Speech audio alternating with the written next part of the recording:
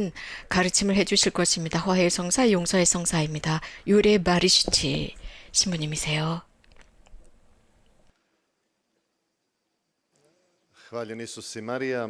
유레 마리시치 신부님입니다. 찬미 예수 마리아, 여러분 모두에게 인사를 드립니다. 본당 신부님께서 저에 관해서 소개를 해주셨기 때문에 더 이상 저에 관해서 말씀을 드리지 않겠습니다.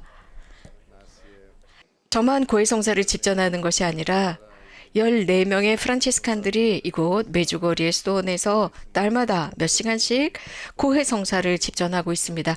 사실 저희들의 가장 큰 사목적인 소임이라고 한다면 물론 전례도 있지만 이런 강의, 가르침, 고해, 성사, 피정지도, 세미나 등등 다양한 활동을 하고 있습니다.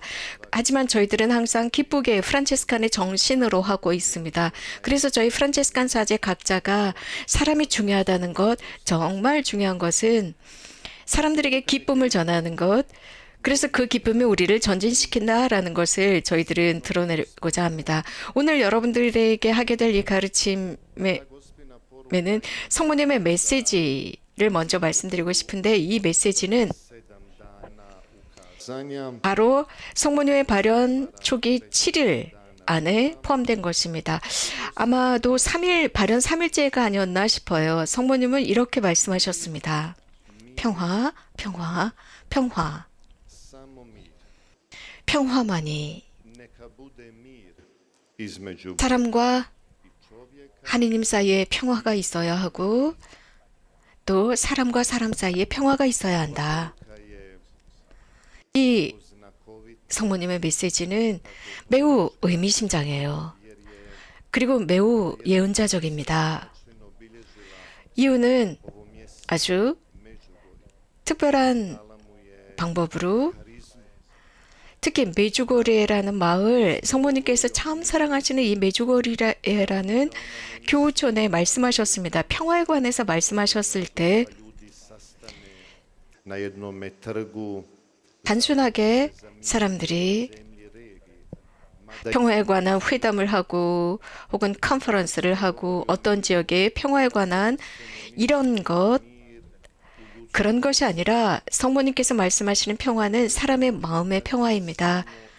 이 평화는 오로지 예수 그리스도께서 화해의 성사를 통해서만 주실 수 있다는 겁니다. 그분 자체가 평화이기 때문에 평화, 대문자 평화입니다. 그래서 우리가 이 자리에 있고, 그래서 우리는 성모님을 평화의 모후로 공경하고 있습니다. 그분께서는 우리를 예수님께로 가도록 도와주세요. 그래서 중개자 역할을 하십니다. 그래서 우리는 성모님을 어머니로 여기고 어머니가 당신의 어린 아들, 딸들을 모두 모아서 당신의 아드님께로 이끌어 가시는 분이라고 우리는 여깁니다. 그래서 현대 지금 이 세상에 정말 우리는 모든 안락함과 편리함을 다 지녔어요. 모든 부유한 것을 지녔습니다. 하지만 날마다 세계의 어떤 곳에서는 이런 내전이나 전쟁이 일어나고 있습니다. 우리가 평화를 누리지 않는다면 우리는 정말 비참한 인간일 뿐이에요. 1995년 어느 한 메시지에서 성모님께서 이렇게 말씀하세요. 너희는 예수님과 평화를 누리지 못하면 평화를 얻지 못한다. 그래서 너희가 화해하기를 바랍니다. 예수님이 너희들의 진리이고 평화가 되시기 바란다. 부활하신 뒤 예수님의 첫 번째 말씀, 사도 제자들에게 하신 말씀은 평화가 너희와 함께였습니다. 예수님은 알고 계셨어요. 곧 성금요일 이후 제자들이 공포에 질려서 문을 걸어 닫았습니다. 물론 그들이 잘못한다는 것을 알고 계셨습니다. 불안에 시달린다는 것 알고 계셨지만 그들을 단죄하지 않으셨어요. 너희들이 나를 배반했구나. 너희들이 나를 버렸지. 그렇게 하지 않으셨습니다. 제자들의 마음에 무엇이 있었는지 알고 계셨어요. 즉 그들은 후회하고 있었습니다. 그래서 그들에게 평화가 너희와 함께라고 하셨던 거죠. 그 말씀을 듣자마자 그 제자들의 얼굴이 환하게 바뀌었어요. 불행했던 그 얼굴이 이제 기쁨. 그래서 무슨 장례식장에나 갔었던 것 같은 침울한 표정이 평화로워졌고 기쁨으로 환하게 변합니다. 그리고 제자들은 너무 기뻐서 문을 박차고 나갑니다. 그리고 그 기쁜 소식을 마구 전하기 시작해요. 메주거리에서도 평화를 말씀하셨고 평화. 곧 고해소에서 그걸 볼 수 있습니다. 우울하고 무거운 짐을 진 채 축 처진 어깨로 불안 초조 상태로 고해소의 문으로 들어옵니다. 그리고 예수님께 고해를 한 뒤에 그들의 삶이 바뀝니다. 그리고 고해 뒤에 사람의 삶에 의미가 부여되고 기쁜 사람이 돼요. 누군가는 이렇게 말할 수 있어요. 메주거리에는 세상의 고해소다라고까지 합니다. 그래요. 동의합니다. 여러분이 보시는 것처럼 여러 다양한 언어로 고해성사가 집전되고 있어요. 세상의 고해소다라고 했는데 그 이유는 이건 메주거리에는 화해의 성사를 아주 진지하게 여기고 받아들이고 있기 때문입니다. 그래서 성사, 가치 있는 성사로 인간의 삶에 가치 있는 성사로 받아들이기 때문입니다. 고해 성사 뒤에 어떤 일이 일어나는지 알기 때문이죠. 하느님은 사람을 보십니다. 사람의 상처를 보십니다. 죄를 보십니다. 또한 사람 안에 깊은 희망이 있다는 것도 보세요. 변하고 싶다. 삶을 체인지하고 싶다. 그런 하느님께서는 사람의 좋은 면도 보십니다. 고해 성사에 관해서 말씀드리기 전에 그 특징에 관해서 말씀드리기 전에 죄에 관해서 몇 가지 말씀드리지 않으면 안 됩니다. 죄로 인한 상처의 경험 혹은 그 죄에 빠져들었을 때의 특징, 죄를 짓고 그리고 고해성사로 갑니다. 그런데 고해성사가 없다면 즉 그 죄가 없다면 고해성사도 사실은 성립되지 않습니다. 죄가 있기 때문에 예를 들어서 나는 이런 잘못을 했습니다. 이런 제가 생각했던 이런저런 것들에 관해서 말했는데 좋은 것이 아니었습니다. 라고 생각하고 고해성사를 받으러 갑니다. 그래서 삶의 진짜를 보게 되죠. 결국 우리는 몇 가지 우리가 잃은 것에 대한 몇 가지에 대한 그 중요성을 그때서야 깨닫게 돼요. 이게 무슨 뜻일까요? 예를 들어서 듣는 가치. 우리는 이 듣는 것, 청취하는 것에 대한 중요성을 그리 중요시 여기지 않습니다. 그런데 우리가 청각을 잃었을 때 혹은 보는 이 시력을 상실했을 때 그때서야 비로소 청각과 시력이 얼마나 중요한지를 정말 통탄할 정도로 깨닫게 되는 거죠. 그러나 우리가 보고 들을 때 우리는 이 시력과 청각의 가치를 모릅니다. 고해성사도 그렇습니다. 이렇게 생명이라는 선물도 그래요. 우리는 우리가 살아있다는 것, 건강하다는 것, 그 가치를 몰라요. 그런데 우리가 병들었을 때 비로소 아이고 나 건강을 잃었어. 이 건강이 얼마나 중요했는지 내가 건강했을 때 얼마나 무엇을 잘했을까.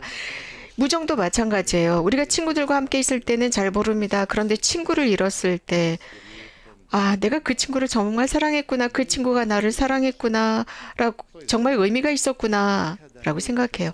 죄도 그렇습니다. 우리가 죄를 지었을 때, 우리가 죄를 지은 그 순간, 아, 어떡하지? 그렇진 않아요. 단지 우리가 죄를 지었을 때 그 순간에 죄라고 생각하지 않고 그저 인간적인 나약함이야. 내가 약해서 그랬어.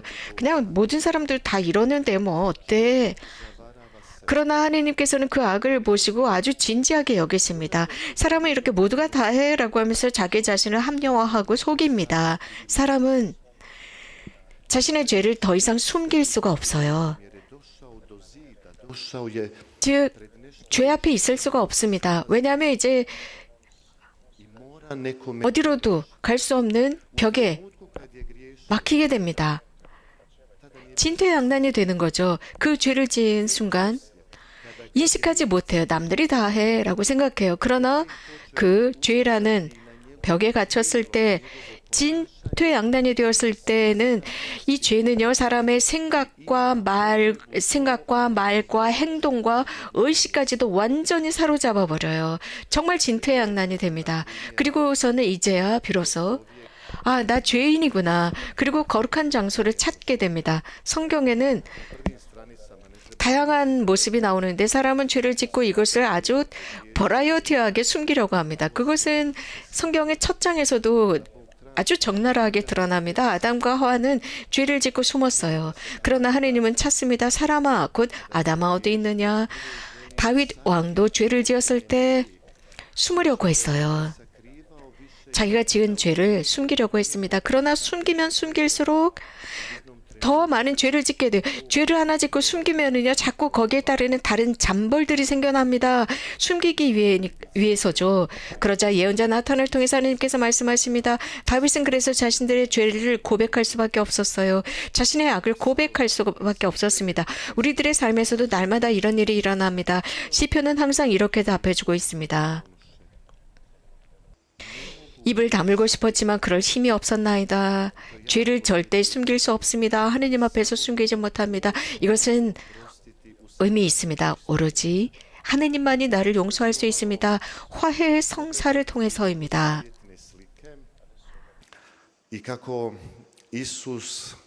신약을 볼까요? 예수님께서 화해의 성사에 관해서 말씀하십니다. 신약에서 흥미로운 것은 예수님께서 죄의 상태에 관해서 언급하시는 모습인데 상처를 받습니다. 죄로 인한 상처입니다. 그래서 화해해야 한다. 예수님께서는 여기에서 비유를 드십니다. 즉 무엇인가를 잃습니다. 잃었다가 찾습니다. 되찾습니다. 정말 멋진 비유예요. 멋진 비유 중에 하나죠. 가장 정말 멋있는 비유 중에 하나는 탕자의 비유입니다. 길을 잃었다가 다시 아버지를 찾아옵니다. 이 작은 아들, 우리 잘 알고 있습니다. 우리가 죄의 상태에 있을 때, 즉 우리가 가정으로부터 떠날 때 우리는 불안해요. 그리고 불만족하고 우울합니다. 그러다 어느 한순간 어떤 변화가 일어나고 더 이상 살 수가 없어요. 그렇게 되니까 가정으로 돌아갑니다. 가정과 일치하죠. 우리들의 천상 아버지께서는 항상 이렇게 양팔을 벌리고 기다리시고 우리를 포옹해 주시고 용서해 주시고 새하얀 옷을 입혀주십니다. 순결한 옷을 입혀주세요. 그러면서 잔치를 열자라고 합니다. 화해의 성사에서도 이런 일이 일어납니다. 하지만 우리가 죄를 지었을 때 잃은 것입니다. 탕자의 비유와 같습니다. 우리가 잘못했을 때 우리는 고립됩니다. 가정과도 나누어지고 공동체와도 나누어지고 하지만 화해를 통해서 화해의 성사를 통해서 일치, 친교를 이룹니다. 화해는 즉 화해의 성사를 통해서 우리는 늘 새로운 하얀 옷, 세례 성사의 흰 옷을 입습니다. 이 이후에 곧 페스타 잔치가 열립니다. 또 두 번째 화해의 성사에 관해서 구체적으로 언급하는 비유는 요한복음입니다. 요한복음은 가장 늦게 기록된 요한복음으로서 많은 상징을 사용합니다. 많은 디테일이 있습니다. 이 복음은 요한복음 4장에 보면 예수님께서 사마리아 여인을 우물가에서 만나는데 거기에 아주 흥미로운 구절이 나와요. 정오였습니다. 정오라는 의미는 이 정오라는 의미를 이해하는 게 중요합니다. 곧 화해의 성사에서 어떤 일이 일어나느냐입니다. 정오에는 손체, 태양이 하늘 한가운데 있습니다. 그때 사마리아 여인과 예수님이 우물가에 있습니다. 정오. 태양이 한가운데 있습니다. 찬란하게 비춰져서 이 우물의 아주 깊은 곳까지 보여줍니다. 그리고 정오 이후에는 더 이상 그 우물 깊은 곳을 볼 수가 없어요. 그러나 상징적으로 그리스도의 빛을 통해서 우리는 우리들의 깊은 우물을 볼 수 있다. 정말 놀라운 상징성입니다. 고해성사를 보여주고 있습니다. 고해성사가 바로 이렇습니다. 정오의 빛입니다. 그리스도의 빛을 통해서 우리는 우리들의 영혼의 그 깊은 곳을 볼 수 있습니다. 죄의 깊은 곳을 볼 수 있습니다. 그리스도의 빛을 통해서 그리스도의 말씀의 선포를 볼 수 있습니다. 다윗 왕은 에 있어서 그 빛은 예언자 나탄이었습니다. 나탄이 스토리를 이야기해 주죠. 그리고 그 죄에 관한 것이었습니다. 우리는 고해성사를 통해서 고해성사 곧 하나님의 말씀입니다. 그 말씀은 찬란히 빛나고 그 말씀이 바로 우리들의 깊은 영혼을 비춥니다. 그래서 고해소는 특별한 장소입니다. 그 고해소에서 내 영혼의 깊은 모습을 볼 수 있는 곳이죠. 우리가 고해소 외에 다른 이야기를 하자면, 즉 각각의 사람은 희망이 있어요.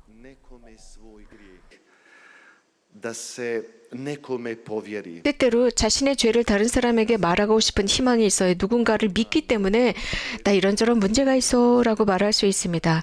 도스토옙스키의 죄와 벌에 등장합니다. 죄와 벌입니다. 여기에 두 가지 주제이죠. 죄를 숨겼더니 그 순간 죄를 숨겼지만 그 순간 다른 곳에서 그 죄에 관해서 언급합니다. 이 소설은 정말 대단한 소설입니다. 그래서 사람에게 있어서는 죄를 지었을 때 그 죄를 모두 자기가 혼자 간직할 수 없다는 것을 보여줍니다. 우리 사제들은 고해성사를 집전할 때 가장 중요한 성사들 중에 하나로 여깁니다. 우리 사제들은 특권이 있죠. 모든 교우들과는 다른 특권이 있습니다.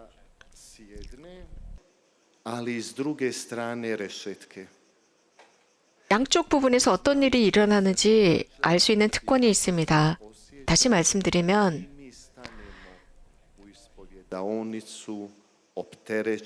우리 고해사제들도 죄라는 무거운 짐을 지고 고해소에 앉아 있을 수 있습니다. 부끄럽고 수치스러운 일들, 왜 이런 일이 일어났지? 하느님의 자비가 필요하다는 것을 압니다.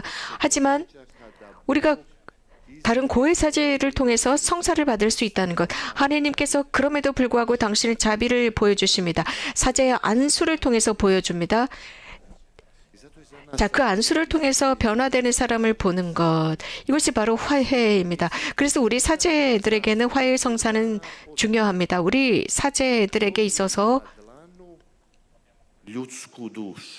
이 고해 성사는 선물입니다. 성사는 선물입니다. 저희 손으로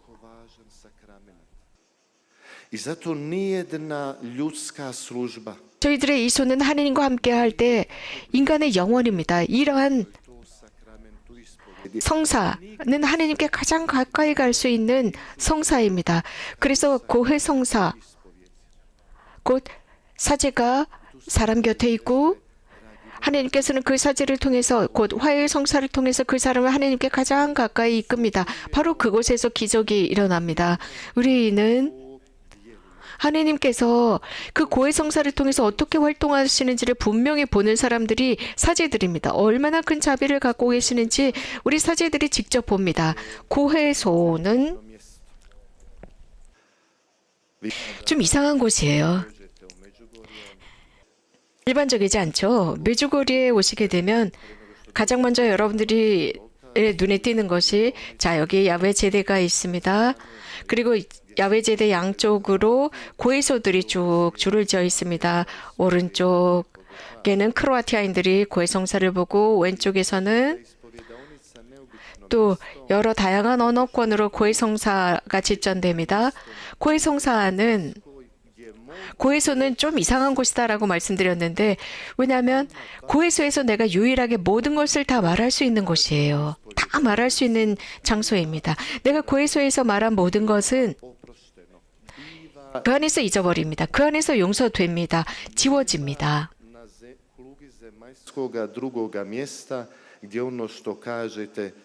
그래서 이 세상에서 그 어떤 곳에서도 이렇게 고해소에서 한 이야기를 완전히 지워주고 사라지는 곳은 없습니다. 그래서 고해소는 특별한 장소이고 이상한 곳이에요. 내가 하느님을 만나는 장소, 곧 죄를 지었다는 경험을 통해서 고해소에서 하느님을 만납니다. 고해소, 죄. 고해소에서 죄를 진 내가 하느님을 만나는 장소. 고해소는 또한 내가 보호받는 장소입니다. 어떤 누구도 그 안에서 어떤 일이 일어나는지 모릅니다. 알 필요가 없습니다. 고해소는 모든 다른 사람들의 시선으로부터 나를 지켜줍니다. 또 다른 사람들의 호기심으로부터 나를 지켜줍니다.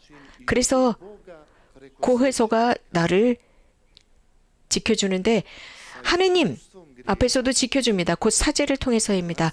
죄라는 경험을 통해서 내 개인의 죄의 경험을 통해서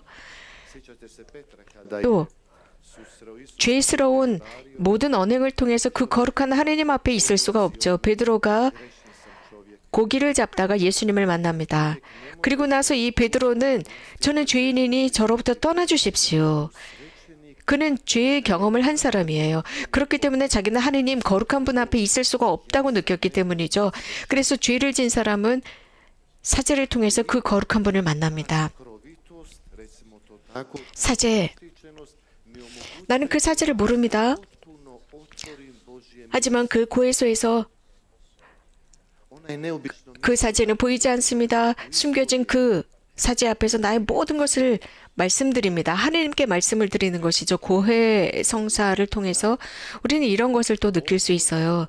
우리는 때때로 고해할 때 신부님, 제가 신부님께 말씀드리는 것은 아무에게도 말한 적이 없어요 라는 말을 자주 듣습니다. 아무에게도 말한 적이 없습니다. 하지만 이제 저는 신부님께 고해해야 할 필요성을 느낍니다. 고해소는 Ne može se pretvarati jer nas Bog razotkrije. 가면을 쓸 수 없는 곳입니다. 그곳에서 무슨 영화 배우처럼 행동할 수 없어요. 배우가 아닙니다. 진솔해집니다. 가면을 벗어야 하는 장소입니다. 그 무거움, 죄의 상처, 모든 것을 내려놓는 장소. 하지만 하느님이 가까이 하시는 장소입니다. 이건 메주거리에서 흥미로운 것은 여기에 고해 성사를 받으려고 길게 줄을 섭니다. 어떤 사람들에겐 좀 힘들어요. 오랫동안 고해 성사를 받기 위해서는 오랫동안 기다려야 돼요. 하지만 정말 그 줄에 선다는 것은 좋은 일입니다. 줄을 서서 자신의 죄를 성찰하는 겁니다. 죄인으로서 줄을 섰습니다. 그 줄을 선 사람들은 누구일까요? 부모일 수 있고 그 자식들, 거기에 선생님, 학생들도 그 똑같은 줄에 섭니다. 평등한 줄입니다. 혹은 어떤 큰 공장의 주인일 수도 있고 그 공장의 노동자일 수도 있고 또 고해성사를 받으려고 줄을 선 사제도 있습니다. 모두가 정말 공개적으로 모두가 죄인으로서 똑같은 그 줄에 평등하게 섰습니다. 평등하게 하느님의 자비를 기다리는 각양각색의 사람들이 줄을 섭니다. 이런 모습은 우리에게 겸손히 성숙하게 합니다. 그래서 죄인의 줄을 선다는 것은 좋은 일입니다. 공개적으로 내가 줄을 선 모습이 드러납니다. 즉 나는 죄를 지었다. 물론 내가 큰 소리로 나 이런저런 죄 지었어요 라고 소리치는 것은 아니지만 하느님의 자비를 기다리는 그 모습을 공개적으로 보여주는 것입니다. 자, 여기에서 어떤 교회론적인 모습이 드러납니다. 고해 성사의 교회론적인 차원이 드러납니다. 우리가 그 죄를 지은 상태로 그 고해자들의 줄에 서는 것은 멋진 일이지요. 고해 성사의 중요한 것은 고해 성사 중에 이렇게 말해야 합니다. 고해 성사를 거행하다입니다. 성사 보러 가는 게 아닙니다. 고해 성사를 받는 것입니다. 세례 성사를 받는다, 견진 성사를 받는다, 성체 성사를 받는다처럼 성사를 보러 가는 게 아닙니다.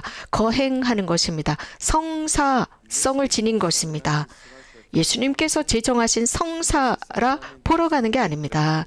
성사, 이것은 그저 허접한 것이 아닙니다. 성사는 토론하면서 회개하는 게 아니에요. 영성적인 토론도 아닙니다. 혹은 상담 치료를 받으려고 고해소에 들어가는 것도 아니에요. 성사입니다. 물론 이런 모든 걸 우리 그리스도인 삶에 좋은 것이지만 성사는 성사로 성립되지 않나요? 그래서 말씀드리고 싶은 것은 고해성사를 어떻게 우리들의 고해성사를 거행하는 데 있어서 받는 데 있어서 어떻게 해야 진정으로 고해성사를 거행하고 사제들이 또 우리는 어떻게 해야 고해성사를 진심으로 받을 수 있는지 그 첫 번째 기본적인 요소는 고해성사는 하나님의 말씀 선포하기가 먼저 이루어져야 합니다. 자, 고해성사를 거행할 때, 세례성사를 거행할 때 먼저 하나님의 말씀을 선포합니다. 제일 독서를 읽습니다. 복음을 읽습니다. 혹은 견진성사 때도 마찬가지입니다. 하나님의 말씀을 읽고 혼배성사도 마찬가지이고 하나님의 말씀을 선포합니다. 화해성사도 그렇습니다. 화해성사에서는 그런데 이 말씀 선포가 제거되었어요. 잘 이해하지 못하고 그래서 너무나 축소되었거든요. 그래서 빨리빨리 하기 위해서 이렇게 좀 축소되었습니다. 빨리 고해성사를 거행하기 위해서 이렇게 축소되었지만 하지만 사제는 고해성사를 집전하기 전에 그 참여자에게 용기를 주기 위해서 이것은 성사다. 하나님의 성사를 거행하는 거다. 하나님께서 내 몸과 영혼에 함께 하실 수 있도록 하는 성사다. 그래서 진솔하게 당신의 죄를 용서할 수 있도록 하자. 그래서 시편을 읽을 수도 있고 주님 저에게 자비를 베푸소서 혹은 복음의 어떤 비유, 탕자의 비유를 읽을 수도 있고 중요한 것은 사제, 고해사제가 참여자로 하여금 이 고해성사가 성사 집정, 성사를 거행하는 중이라는 것. 그래서 하나님의 말씀이 중요하다는 것을 깨닫도록 해야 합니다. 그래서 하나님의 말씀을 먼저 선포해서 참여자로 하여금 그 말씀이 그의 죄를 환히 비추어 주도록 해야 합니다. 자주 고해소에서 죄가 없다고 여기면서도 참여자가 고해소에 들어오는 일이 있습니다. 단지 고해사제를 만나고 싶어서 들어와서 자신의 문제를 말하거나 자신의 어떤 느낌을 말하기 위해서 들어오기도 합니다. 이런 모든 것은 물론 해야 하는 거겠지만 그것은 고해성사가 아닙니다. 고해소에서는 하지 말아야 합니다. 참여자는 그렇기 때문에 고해소에 들어왔을 때 죄를 지었건 아니건 고해소에 들어왔을 때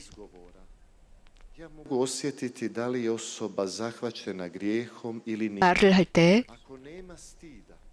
정말 죄를 지었는지 아닌지, 죄에 대해서 부끄러워하는지, 두려워하지 않는지 여부, 혹은 죄의 경험해야 한 상처가 있는지 없는지 여부를 먼저 식별합니다. 하지만 그 줄을 섭니다. 고해를 하기 위한 그 줄에 서죠. 그래서 그런 모든 부끄러움, 어려움, 자존심 상한 이런 모든 것들이 이미 줄을 서고 느낍니다. 하지만 그러면서도 사람은 변화됩니다. 하지만 고해사제는 그 고해소에서 지나치게 많은 것을 파고들지 말아야 합니다. 비밀 경찰이 아니에요. FBI가 아닙니다. 비밀 요원, 국정원 요원이 아니에요. 우리 사제는 고해소에서 단지 하나님의 귀가 되는 겁니다. 듣는 하나님의 귀여야 합니다. 그래서 참여자를 도와주는 하나님의 귀, 그 참여자로 하여금 죄인으로서 고해하는 그를 죄에서 하나님께로 갈 수 있도록 인도하는 사람일 뿐입니다. 사제는 심리학자가 아니에요. 정신과 의사도 아닙니다. 상담 치료사도 아닙니다. 고해는 상담 치료가 아니라는 걸 아셔야 합니다. 고해 성사는 물론 긍정적인 효과, 치료적인 긍정적인 효과가 있어요. 성사입니다. 그래서 고해 성사를 거행하다라는 것은 곧 죄인으로서 자신의 죄를 인정하고 그 성사가 자신의 안에서 강력하게 활동하도록 열어놓는 겁니다. 그리고 사제의 이 안수 제스처, 한 손 혹은 양손 안수, 곧 고해사제는 그 죄를 듣고 어떤 경우는 조언을 하지 않습니다. 그저 양손 혹은 한 손 등으로 안수를 합니다. 그래서 사제경을 해줍니다. 아무런 조언을 하지 않아도 그의 얼굴이 바뀌는 게 봅니다. 우울한 얼굴이 기쁘게 변화됩니다. 초조하던 그의 얼굴이 사라진 모습을 봅니다. 여기에 평화가 스며드는 것을 봅니다. 평화가 드러납니다. 이것이 바로 화해의 성사의 가치입니다. 하나님이 이런 식으로 활동하시는 곳이 고해 성사입니다. 고해 성사가 끝난 뒤 하나님께 찬미해야 합니다. 감사드려야 합니다. 고해 성사를 거해한 것에 대한 감사를 드려야 합니다. 예를 들어서 시편, 하나님을 좋으신 하나님을 찬미하여라, 그분의 사랑을 드러내신 분 등, 혹은 그 외 다른 시편, 찬미의 시편으로 감사를 드리고 마쳐야 합니다. 그런데 고해 성사에 관해서 잘못 알고 있는 부분들이 있어요. 자주 일어나는 일인데 고해 성사가 끝난 뒤에 사제는 참여자를 끌어안습니다. 평화라는 제스처겠죠. 그러나 고해 성사 예식소에는 그런 게 없습니다. 루브리카에 없어요.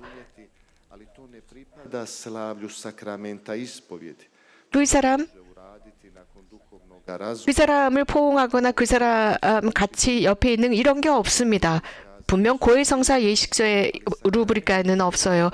이렇게 함으로써 그가 함께 있다는 이런 그 제스처를 하지 않습니다. 하지만 저는 사제로서 고해 성사 예식소에서 시키지 않은, 루브리카에서 시키지 않은 제스처를 함부로 할 수 없습니다. 세례 성사도 마찬가지예요. 세례 성사에서 십자성호를 그어야 하는데 그 어린아이를 들고 입을 맞춰줄게. 물론 멋진 일, 흥미롭고 재미있는 일이지만요. 이것은 성사 예식에 포함되어 있지 않습니다. 거룩한 미사도 마찬가지입니다. 예를 들어서 복음을 읽지 않고 하나님의 말씀을 읽지 않고 어떤 신문이나 영성적인 서적을 읽는다면 이런 식으로 우리가 고해사제가 갑자기 자기 마음대로 할 수 없습니다. 우리는 고해 성사를 교회에서 시키는 대로, 예식서가 시키는 대로 해야 합니다. 루브리카에서 말하는 대로 해야 합니다. 예식서대로 해야 합니다. 그래야만 성사가 제대로 집전됩니다. 그리고 참여자는 그 모습을 봅니다. 그러면서 성사의 힘을 봅니다.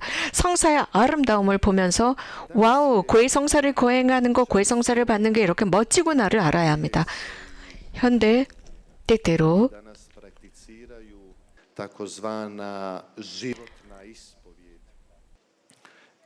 많은 이가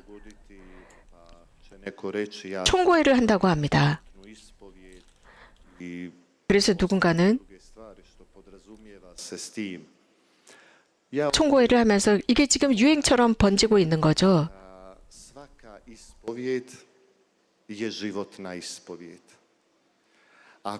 그러면서도 매번이 총고회라고 합니다. 죄의 경험을 했다면, 무엇인가 나쁜 일을 했다면, 자, 이거는 지금 고해하지 말고 나중에 총고해할 때 해야지. 조금 남겨둬야지. 이제 다른 죄를 고해해야지. 이것은요, 거룩함에 위배되는 것입니다. 내가 고해소에 들어갔을 때 이것은 한 번도 말하지 않은 죄입니다. 부끄러워서 말할 수 없었습니다. 혹은 이런 죄를 지었는데 이제야 이 죄를 깨달았습니다. 그래서 이 죄를 고해야 합니다. 이렇게 함으로써 죄에 관해서 진지하게 고해할 수 있는 것이죠. 여러 다양한 이런 생각하지 못했던, 생각해보니까 죄였던 이런 것이지, 세례성사, 견진성사 이런 것들을 나는 총세례성사, 총견진성사라고 할 수 없는 것과 같습니다. 그래서 참여자는 죄를 지었는데 요거는 나중에 하고 요거는 지금 하고 이것은 총고회 때 하고 이런 식으로 하지 않을 수 없습니다. 내가 죄를 지었다면 즉시 고해성사를 보는 겁니다. 이거 나중에 해야지라고 남겨두지 마십시오. 그럼 몇 번 고해성사를 받아야 할까? 교회는 이렇게 말합니다. 1년에 한 번으로 충분하다라고 합니다. 그런데 메주거리의 성모님은 najbolje vrijeme za ispovijed. 정기적으로 하라고 합니다. 즉 매달 고해성사를 보라고 합니다. 즉 Ja se sjećam kad sam 사람이 죄를 지었을 때마다 기회가 될 때마다 성사를 봅니다. 제가 tema sakramenti. 학교에서 가르치고 있을 때 그런 주제가 있었어요. 성사에 관한 것이었는데 고해성사에 관한 주제도 있었습니다. Slušaju, pitao je 그래서 저는 이 학생들을 좀 자극하기 위해서 jutri, popodne ili navečer. 언제 고해성사를 봐야 될까? 아침, 점심, 저녁 언제 보면 좋을까? 그랬더니 학생들이 계속 생각하고 또 생각하더니 Ja sam pitao zašto ujutro 아침이 좋아요. 그래서 왜? 그랬더니 odmorniji, naspavani, mozak svjež. 아침에 잘 자고 일어나서 Najbolje vrijeme za ispovijed. 머리도 잘 돌아가고 생각도 잘해서요. 잘 돼서요. 라고 하더라고요. 자, 언제, 그렇지 않습니다. 언제 고해성사를 봐야 할까? 내가 죄를 지었고 상처받았을 때입니다. 기다릴 필요가 없는 겁니다. Sakramenta ispovjedi ne važno 고해성사에서 se ispovjeda. Bitno je da je svećenik i da je valjano 누구한테 가야 할까? 중요하지 않아요. 사제이면, 즉 분명하게 수품 성사를 받고 합법적으로 고해성사 집정권을 받은 사제에게 가면 됩니다. 고해사제. 고해사제는 moje navike 압니다. i onda će mi lakše dati savjet 나의 se boriti protiv 습관도 알고 나에게 쉽게 조언할 수 있고 da sam radio s mladima 내 악습, 내 죄들도 vam zanimljive. 알 수 있습니다. 즉 우리 본당 신부님 같은 경우 그렇습니다. 제가 학생 사목을 하고 있었는데 이 학생들은 흥미로워요. 이런 방법으로 성사를 받습니다.